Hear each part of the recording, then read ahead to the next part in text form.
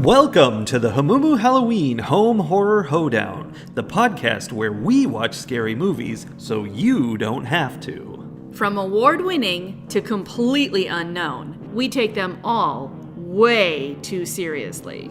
I'm your host, Mike Hommel. And I'm your host, Solange Hommel. Now, warning, we use a ghoulish number of spoilers, so watch the movies first. Second warning, we don't know anything about anything, so don't take us seriously as we take these movies seriously. So as we prepared to do this podcast, you asked me if I was feeling perky and ready to have a fun conversation. Yeah, something like that.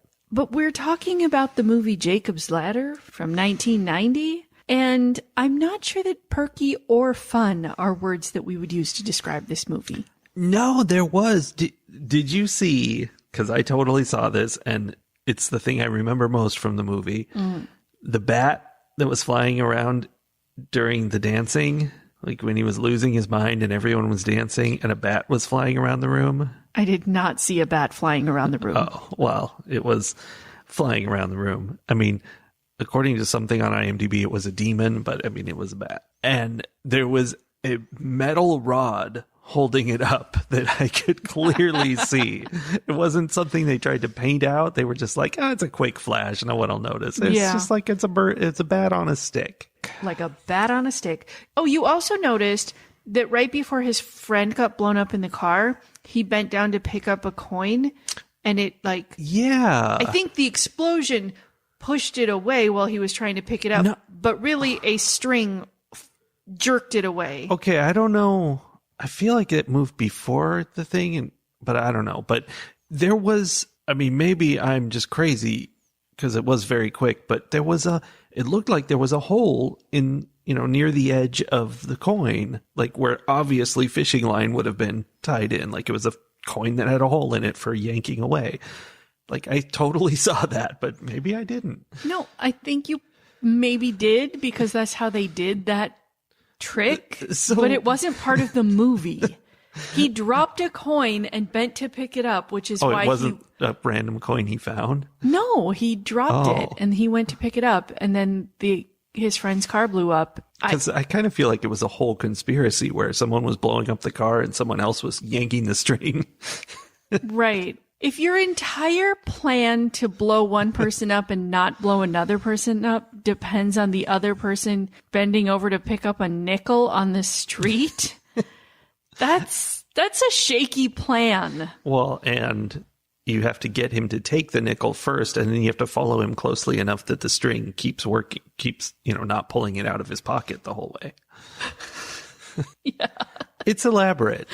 I'm pretty sure the string was there to make the coin look like it was flying away with the explosion. I mean, that's another theory, but how hard would it be to have a little piece of silver tape over that hole or anything? A million ways you could have done that. It was going to be a quick shot. Or, here's a thought, tape the string to the underside of the coin where we wouldn't see it. I mean, I didn't see a hole, so you may have hallucinated that. I definitely could have. It's just, I thought that's what I saw.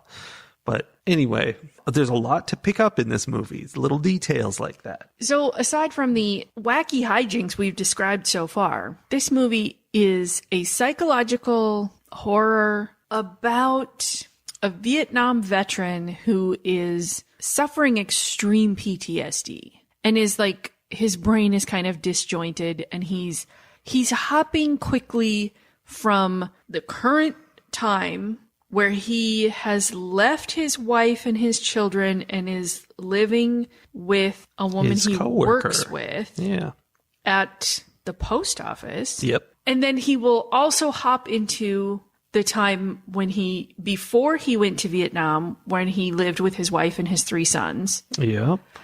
And then he will also hop into his experiences in Vietnam where he had bad things happen to him. Very bad things. In fact, not just war is hell kind of bad things, but war is hell and then your own government decides to experiment on you. Right. Which is maybe true, maybe not true. I mean, there's no reason for us to know that. Well, at the end, there's an end text, like one of those text cards at the end that said that there were accusations made at some point about a hallucinogenic called BZ being used on soldiers, but that the Pentagon denied it.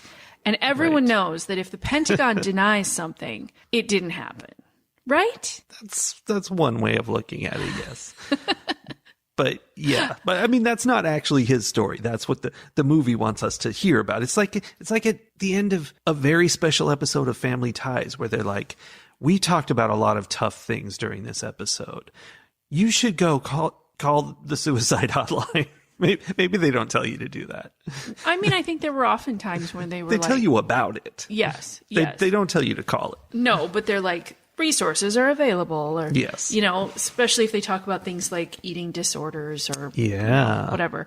I do think though, like the point of this movie, because the horror piece of it was that they had been experimented on by the government with this drug that was supposed to make them better soldiers, more aggressive toward the enemy, but instead it just made them more aggressive, period. And his platoon, destroyed itself essentially. And he's dealing with the, memories of this that are resurfacing years later. To continue this discussion, I have to delve deep into twisting, spoiling territory. Okay. So here it is. We don't know that any of that happened because the real, those are quotes, timeline of this movie ends when he dies in Vietnam.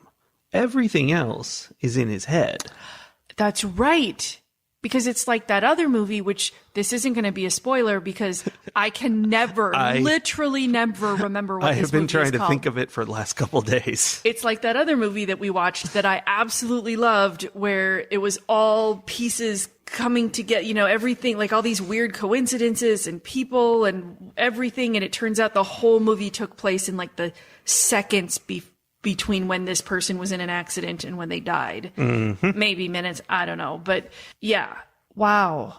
Okay, I knew that, but then I had kind of forgotten that because so little of the movie was actually about that. Yeah, about half the issues on IMDb about this movie are like, that model of car that they show in this scene is accurate chronologically, but since he died before that car came out, he wouldn't have known that. And that's just ridiculous. No, like his death brain was able to like accurately predict what the world would be like in however many years. Yeah. Which is funny because one of my notes about this movie is it really seems like the mailman is like the most exciting thing to everyone around. Like all the women are hitting on the mailman. Mm-hmm. There's a whole like crowd of women in the street who are singing, "Hey, Mr. Postman" at him because they're like so excited to see him. And I'm like, that's ridiculous. But then when you realize that the whole movie is in his head and it's a death dream, then he wants the mailman to be the coolest guy around. Right. He is the center of that universe. Yeah. That was interesting because I made a note about them doing that and I was like, that's weird. And is so that weird. Like, is that a weird 90s thing? Was that a weird 90s perception of whatever time period it happened in the movie? I couldn't really tell when things were happening. It was in the past. It was in like the 70s or 80s something. It was sometime before it was made. Yeah. But also, he was the same age all the time. Yeah. But I don't know if that was lack of makeup effort or just that he was. Yeah. And we never did see his boys. The woman he is living with says that they came by, but we never see them. And I thought that was interesting, like that his death brain didn't give him an image of his children. However, they were older, although she still referred to them as like, oh, the little one. And, so maybe they hadn't aged. I don't know. How much time passed between, how much of this man's life were we experiencing? Well, that's the thing is, I mean, I don't think it matters because this is all surreal and not, I mean, he jumped between different time periods. So I mean, I guess I couldn't get a grasp on like how long after he had come home from the war all of this other stuff was happening. yeah, me either. Oh, wait, we do see his sons. They come to see him in the hospital with his ex-wife after he gets beaten up in the alleyway by the governmental guys who are trying to stop him from figuring out what happened. Whoa. He gets chased by the car and beat up, and he ends up in the hospital, and that's when he's like paralyzed, and it's before the chiropractor breaks him out and does the miracle chiropractic work that makes him walk again. Yeah, that's a whole topic for this movie. Yeah, I remember. I don't remember seeing them, but I believe you. I mean, I Yeah. love that I just described all of those things, and it makes it sound crazy. It doesn't. It is crazy. I mean, it is, but it's also like followable. Well, Like it's not chaos. No, it's just a lot. It is followable, but I don't understand why his chiropractor was so obsessed with it. Maybe that's all part of the "Hey, Mr. Postman" thing. Like his chiropractor was all over him, was defending him at every instance, was like would have carried him out of a burning building. Because His that's how chiropractors really, are. right? They are a holistic kind of medical That's right. practitioner. It's holistic. It includes pulling you out of burning buildings. Literally anything that you need. Yeah, I did find it interesting though that like his chiropractor did some work and then he was suddenly like he was in the hospital, he was going to have surgery. I don't know, they had him like hooked up to, you know, like his leg elevated and whatever. Yeah. And then his chiropractor comes in and it's like, "What is this? Medieval times? Like this is malpractice." Yeah, what's hilarious about it was the doctors were treating him. They were like elevating his leg because it was all part of, you know, dealing with broken bones and stuff. But the chiropractor's like, "No, chiropractic can fix anything. Take him down. I'm just going to crack his back and his feet will be fine." Yeah. Which is funny. This is the only movie I can remember that featured chiropractic as any element that even mentioned it. Like massage is in every movie, but chiropractors never. And this one, it was just the real deal. It's about time chiropractors had some representation. Yeah, 1990 is about time. 1990.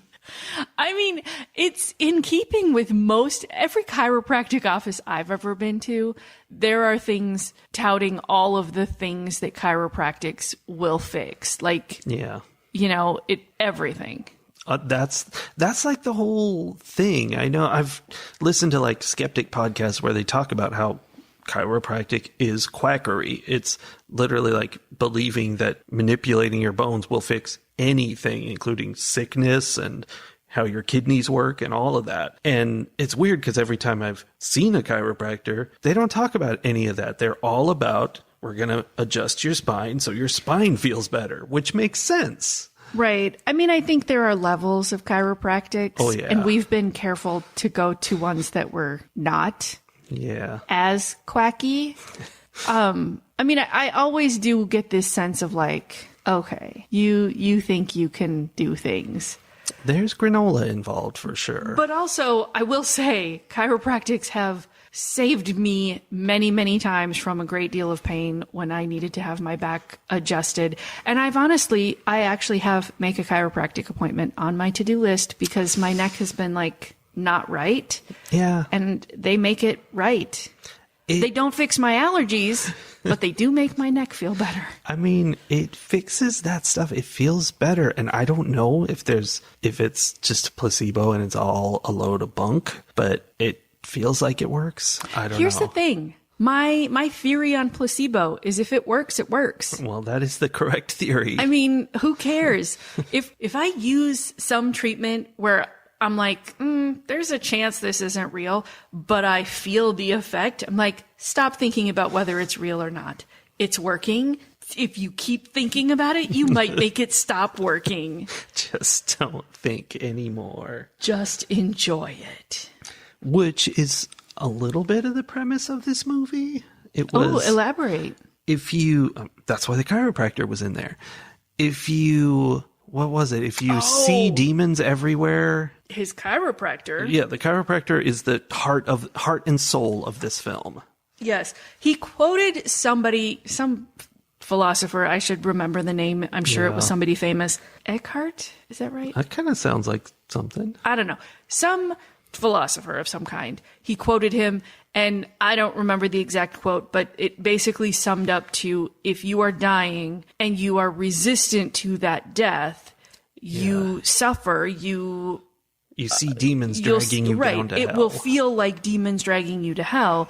If you are at peace with it, then it will be a peaceful transition. You will be To see welcomed by angels. yes, that loved ones and angels and whatnot. And that was like very much what was going on in this movie the whole time. Like he was clearly resisting dying. The doctors, the military doctors at the end were even like, "Ooh, he put up a good fight." That was the resisting. And he was resisting and resisting and resisting, and he was experiencing all of these terrible things and having all these like nightmarish experiences and literally seeing demons. Like the dancing thing, like there were A dancing demon? I mean, something isn't right there. it was there was a tentacle demon all over his girlfriend. Yes, there was. In very tentacle demon ways. Mm-hmm. I'm just going to leave that there. Otherwise, you'll start bleeping me. Yeah. But like, so he was seeing actual demons and darkness and, blah, blah, blah. And then eventually he starts to just, starts to just be okay with what's happening, or his chiropractor, I don't know, that chiropractic adjustment. He adjusted really, his brain. It did. He made him think differently. And so he goes back to the home where he lived with his ex-wife and his 3 sons, one of whom had died, had been like hit by a car while he was Right. It's in the important that street he was hit with by a bike. car. And so he sees the son who had died, and his son, who was played by Macaulay Culkin when he was just a tiny little guy, says, come on, let's go up. And so they like climb these stairs to the 2nd floor or the 3rd floor of the house into, this very bright light. Bright light. And pretty obvious what that's about. Yes. Also, I don't know if you know this, but Jacob's ladder is a ladder to heaven. I remember learning that a long time ago because I had this wooden toy called a Jacob's Ladder when I was a You child, probably should have climbed living that. in the middle of the woods playing with toys Did you carved have out a of hoop and wood. a stick also? And I feel like at some point in my childhood, like I was like, I don't know, I learned something about that phrase. So I did know that. But yes, it's the ladder to heaven. He climbed a stairway to heaven, which is a very 90s thing. Yeah, it sure is. Yeah, he is Jacob. He had a son. They were called Gabe, but that's short for Gabriel. He had a son, Paul. His girlfriend was Jezebel, which is highly relevant. No. His other sons were called Jed and Eli. Oh, Like Jedediah. Yeah. Yeah. See, but Paul is somebody else who was in there. I have a note about him. I don't remember who he is. His ex-wife's name was Sarah. Yep. I mean, it was 100% Bible names, is what I'm saying. Oh, I think Paul was the chiropractor. I think Dr. Paul Singer, perhaps. And honestly, like if we knew something about all of these different names and who they came from in the Bible, I mean, Jezebel was pretty obvious. And like she was. she was. And Sarah, I think, was like some kind of long-suffering woman who Probably.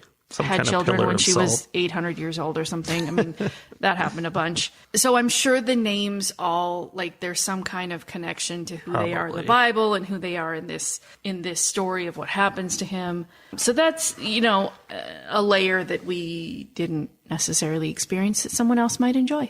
Yeah. I mean, I knew those were Bible names. That's all I need to know. What do you think was going on when he had the 106-degree fever and had to be put in the bathtub with ice? Yeah, I don't know. I mean, it was because he was freaking out about seeing all the demons at the dance party, and mostly freaking out because that one bat was on a stick, on a and he's stick, like, "Who's right. holding the stick?" God. Yeah, that's the thing. It's like when you're in a movie and you catch the special effects, you're like, "What? How does this make sense?"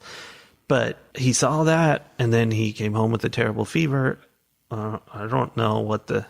I mean, I guess it could have been the equivalent of like his body going into shock. Because I think, and obviously all of this is kind of unreliable just because we don't know how much is real and what isn't. But if there was some kind of drug that caused all of that to happen, and he did, in fact, get stabbed in the stomach with a bayonet knife by one of his platoon mates, like he might have been, blood loss and whatever. He might have been experiencing cold feeling. Yeah. I will say that, when you struggle against death, you see demons trying to drag you down. The obviously demon Jezebel was seeing him dying and doing everything she could to stop that, to keep him there in this dream he was in. So there's kind of that, but I don't know. I mean, the only time she cared about him at all was when he was in danger of some kind. Yeah. Otherwise, she was just generally very annoyed terrible by him in his life, especially his children and any memories. So, okay, that's a thing. His kids come by and give him a box full of old photographs, and he's like looking through the pictures, and like obviously that's his mind being like, remember this, remember this, remember this, his life flashing before his eyes. And then Jezebel takes the box and throws it in the incinerator, which then also is his brain sparking out and like he's losing parts of his brain because that's of interesting things. But before she did that was like in secret when she was alone. Before that, when she was right there next to him and he's looking at them, she like grabbed him and started not tearing him up, but kind of, crumpling him and shaking him up. And she's like, what are you doing? She's like, oh, I don't like things that make you sad. Like, it was terrible. She was the worst. She was a Jezebel. I mean, I think she probably was the part of his brain that didn't want to be thinking about the things he was thinking about. Yeah, that's kind of cool because that runs counter to what problem I was having with this movie, which was that it felt like so much of what happened didn't have, a connection to the meaning behind it. And it was just sort of like, they're just, what if he was doing this in his dream? Like, kind of the opposite of the other movie that we can't figure out the name of, which is good because it would be a spoiler, where everything really tied together to what was happening in those moments. In this one, it kind of felt like, why is he seeing this imaginary future? Why is he working at a post office, in love with this woman who works at the post office? Clearly, if he died in Vietnam, he doesn't know anything about this post office. This is all made up. No, I think he worked in the post office before. You think? Yes, because at one point, when he's with his wife, he's all like, oh, I just had a weird dream. I was living with Jezebel. Jezzy from work. Except that was a weird dream of the life he was living after he came back from Vietnam and blew his life up, and like, that's it's all very confusing, twisty. but that actually kind of makes sense. Then that's where it came from. It was the some dream point, he had. Yeah, he had some weird dream about her at some point in his real life, and then as he's dying, like his brain's grasping at all of these different things, which is like the exact opposite of, like you said, that other movie, where in the other movie, the brain is like taking everything that's right in front of it and making this whole elaborate universe out of it. And this is taking his whole universe and turning it into what's happening right now in some way. And that was, like the demons trying to run him over in the car and in the subway. First of all, that was what I was saying about Gabe. He keeps getting run over by things. He keeps narrowly avoiding getting run over by things, which is connected to Gabe dying by getting hit by a car. So there's that. But, why was that happening? And then he meets up with all his army buddies, tries to get them on board with the idea that they've been, drugged by the military and driven crazy. And they are on board. They all want to do it. And then they all back out, and sort of like they're having a secret meeting together, everyone but him, in which they're deciding to back out together. And I don't know what that means, and I don't know how that fits into the story. I think it fits in because here's what I'm going to choose to believe about this movie. Okay. That this test, the drug testing, actually did happen. Like, that was real. And he's real. His brain is putting it together in that moment, in those moments of death where it's remembering, like, it was that very classic, the movie starts with this very classic, like, Vietnam story scene where everyone's sitting around and very bored and like eating and whatever. And then crisis hits, where they go from the boredom of war to the terror of war immediately, right? Yeah. And it's this really like wild, confusing scene that doesn't make sense. And it's not the violence that doesn't make sense, because that fits. It's like all the crazy behavior, like the spinning around. Yeah, everyone goes nuts. My belief about this movie, my canon of this movie, is that those things really happened. And his brain saw some of those things. And he remembers eventually that he was stabbed by someone from his own platoon. And he's like putting all of the things like, oh, we ate and then people were feeling sick and then everyone went crazy. And so he's like putting it all together. Like, he knows his platoon mates all died. Yeah. Just like he's dying. But, it's taking them and turning them into some of the stories so that he can figure out, like, that's how his brain figures that piece out, is by, pretending that he's having conversations with these guys that were there. Yeah, I don't know. That's what I think. You're improving it, because like then, the chemist comes and finds him and expositions this whole thing to him about how the army drugged him. And that again was like, if he died back there, he would have never learned this information and all that. So the idea that you put in there that he's putting it together, and probably filling in pieces. Like you said, the chemist never would have explained. He wouldn't know it was called ladder and it was for this reason or whatever. Like, his brain just made that part up, but it makes sense. Yeah. And, in the storytelling of it, it still makes sense that, like, we as the audience are learning about it because he is sort of accidentally coming to the right conclusion. Yeah. I don't know. Not accidentally. He's piecing it all together like Columbo. Right. He's Sherlocking it in that, his mind palace. His mind palace in those last moments where all the parts, he's accessing all the parts of his brain, except the parts that have already been oxygen deprived and thrown have in atrophied. The incinerator. Yes. Oh, I liked the part where he goes to see the palm reader and she's like reading his palm and looking at his lifeline, and she's like, well, according to this, you're already dead. And I was like, oh, yeah, that makes sense. Yeah. That explains a lot. Well, that was the thing for me, was this whole movie seemed too obvious, to the point where I was like, that can't be it. Really? Because, I mean, it literally opens with him getting killed in Vietnam. Like, you don't know he's dead, but he gets stabbed and then it jumps away.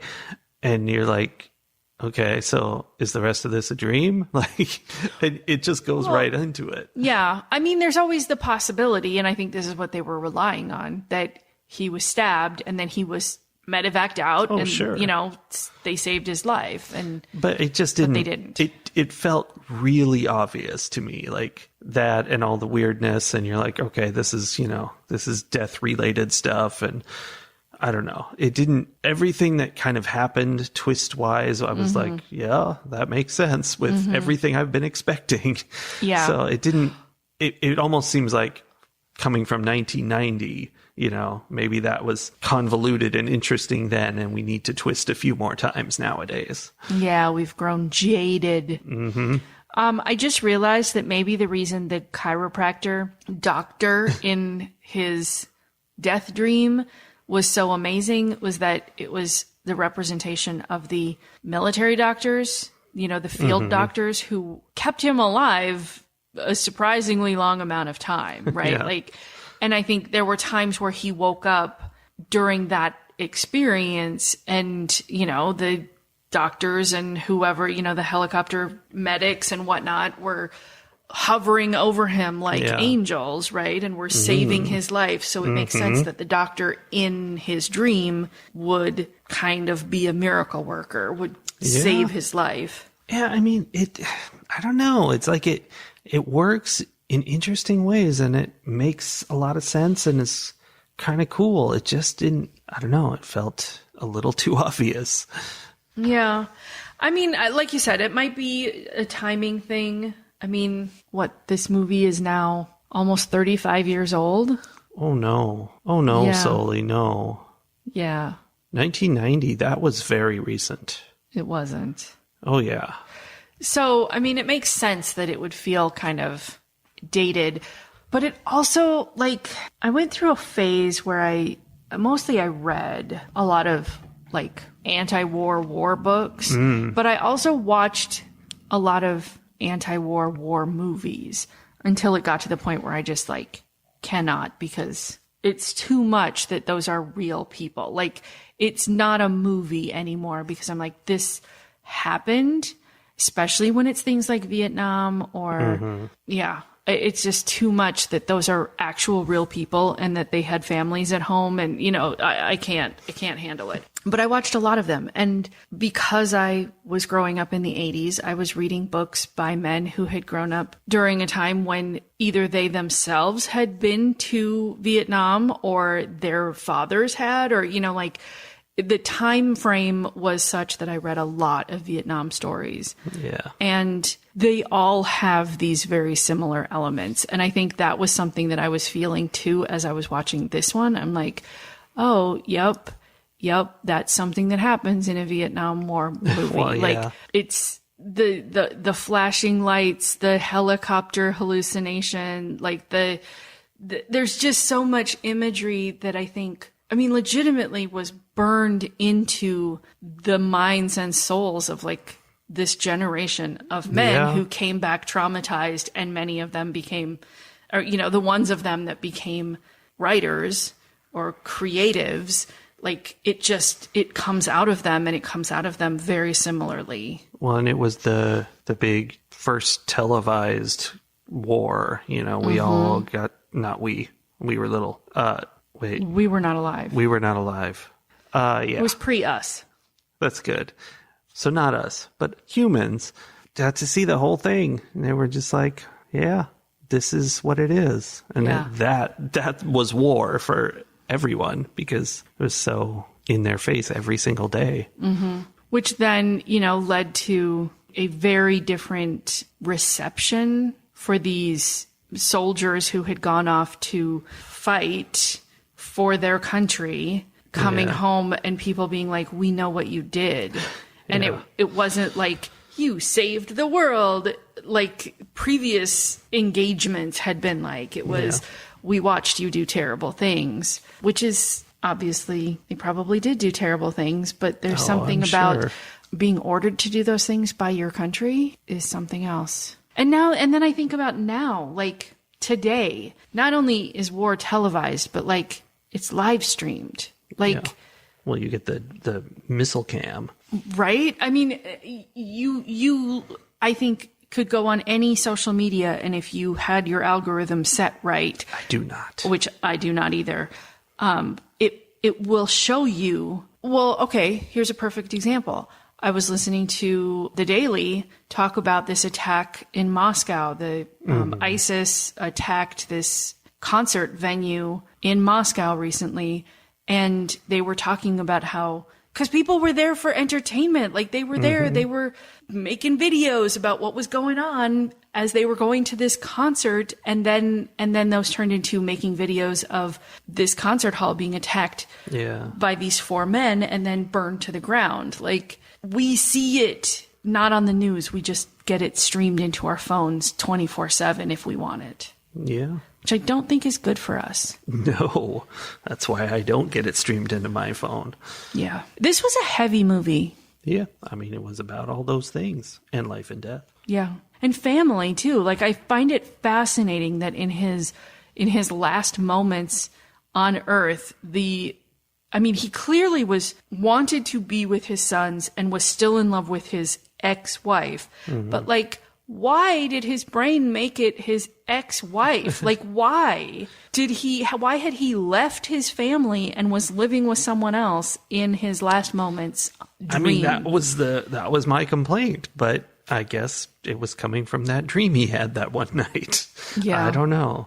Well, and I mean, what our brains do to process what's happening to us doesn't make sense usually. But true. I find that like the saddest part of the whole thing is that he was punishing himself essentially in those last moments. I think for his son's death. I think he felt responsible for his son's death and was like, I think like to there was punish something there. himself, he could no longer be with his wife and his 2 remaining boys, which is just sad. That's a very biblical thing. Your punishment is to be away. Yeah.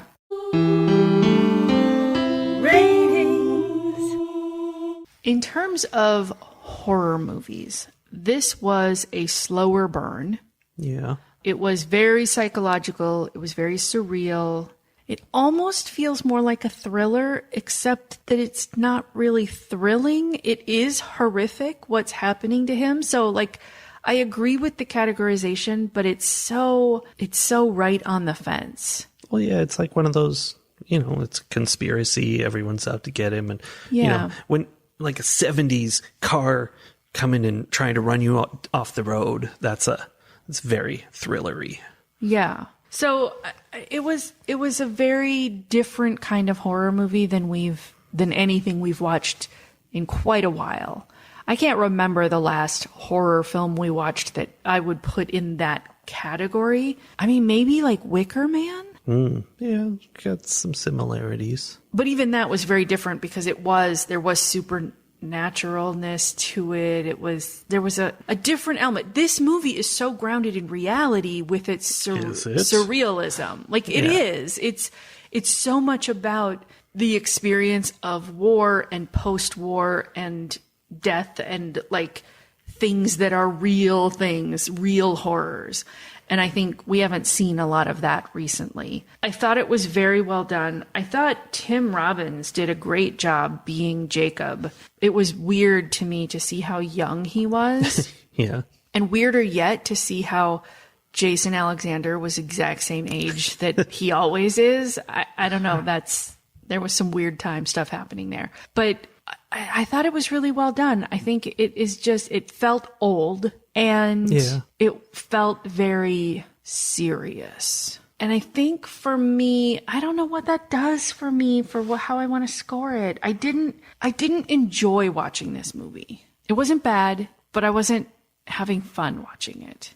It was like work, right? Like I was taking a class. Have fun. No, I know. But it's, then I want to be like, it was good though. I liked it. I am going to give it, along with this like very rambly review, I am going to give Jacob's Ladder 4 wallet stealing Santas out of 5. Mm-hmm. Maybe even 4+. That's not a number. Do you mean 4.5? Yes. Maybe even 4.5. No, I'm going to go with 4. I don't know. That feels like I think the problem that I'm having is if I give this a high score, which I do want to give it, you know what? 4.5. I am giving it 4.5. Okay. I think it's a good movie. I think it's well done. I'm afraid that when I give this movie a high score, people are going to be like, this is a horror movie. I like horror. I should go watch this movie. And then they're going to be like, what on earth did I just watch? Well, here's the thing. When this movie came out, it was the scariest movie. Everybody was like, this is terrifying. And for years and years, that's all anyone would talk about. It just, the demons were so scary. And I know it doesn't seem, this movie invented the shaking face. Really? Yeah, that's where it came from. And it really, people are like, I had the worst nightmares. It was so horrifying. I mean, the faces in the train that went by, like, yeah. There was some really, really intense stuff. Yeah. But 35 years later, we've seen that. That's the thing, is I was expecting to be more, I didn't think it would scare me, but I thought it would be more of a, like, wow, there's so much, but it was really just a few tentacles here and there, and one guy shaking his head. I mean, it was more than that, but I see what you're saying. Yeah. It was like a Metallica video. Right? Here's the thing. You and I watched more music videos that were scarier than this. Yeah. Yeah. And things today are way different than this. So I do think my 4.5 is very much based on like what it was when it came out. And that I do feel like this is like a classic. It is a classic. Yes. I can see why. It feels like a classic horror movie, but it's not scary now. Except that war is still very much a thing in our lives. Yeah. And I do think war is scary. And I do think that the idea of your government betraying you like that is really one of the most realistic horrors that we are experiencing right now. So, yeah. So, yeah, I had more of a negative impression coming out of this movie, like I said, where it didn't have that feeling where everything really tied together into the twist and the message. But then you came up with all these theories that kind of made it all come together so much more. And that's improving the score for sure. But like I said, it's not scary to me. I wanted it to be like those images are creepy. They were just not, I don't know. I feel like we've seen 70s movies that were more effectively creepy today, but maybe not. Maybe I'm just imagining. Maybe we should have watched it at night. I don't know. But I'm going to give it 4 wallet stealing Santas out of 5 because I really did think it was good. It was an interesting story. The thing that brings it down for me is the fact that, for me at least, it was so obvious. Like, I think a movie today that was like this wouldn't have opened with him getting stabbed in Vietnam. Like, that would have been kind of peppered throughout. But I don't know. It seemed like too straightforward, and I was really expecting a twist on the twist, and there wasn't any. I mean, they really strung it out in terms of like, did he die in Vietnam or not? Because they did. There were so many flashbacks of him being rescued. Yeah. But I mean, in the end, it was like exactly what it seemed like it was. So I don't know. 4 stars. Okay. Santas. 4 Santas. 4 Santas. Wallet stealing Santas. The worst kind. Second worst kind, but yeah. What's the worst kind? You don't want to know.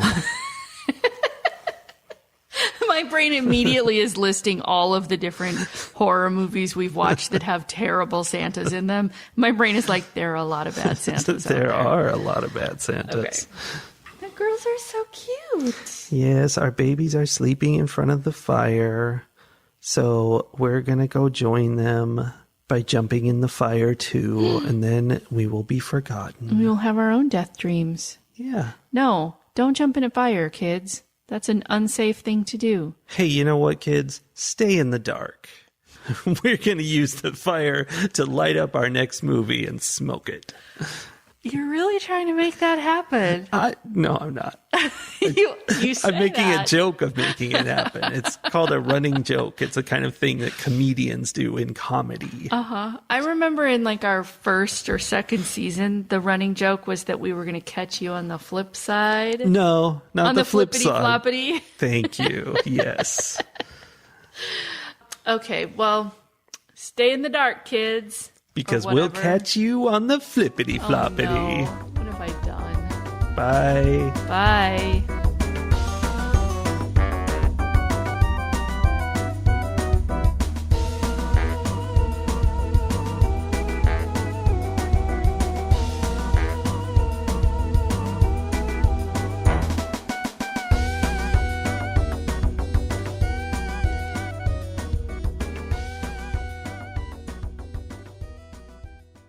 You're sinking. I'm sinking. It's a slow fall. You're getting shorter and shorter.